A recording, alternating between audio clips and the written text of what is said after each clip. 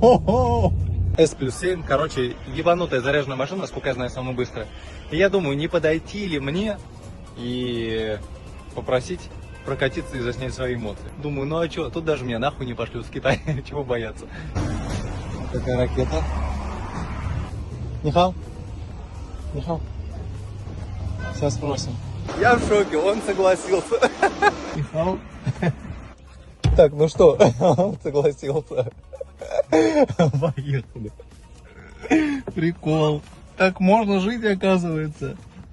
Не из надо, а из хочу. Короче, я попросил его выехать куда-то на место и с места на максимум нажать, чтобы посмотреть, насколько быстро тачка едет. Место разъебал, блин.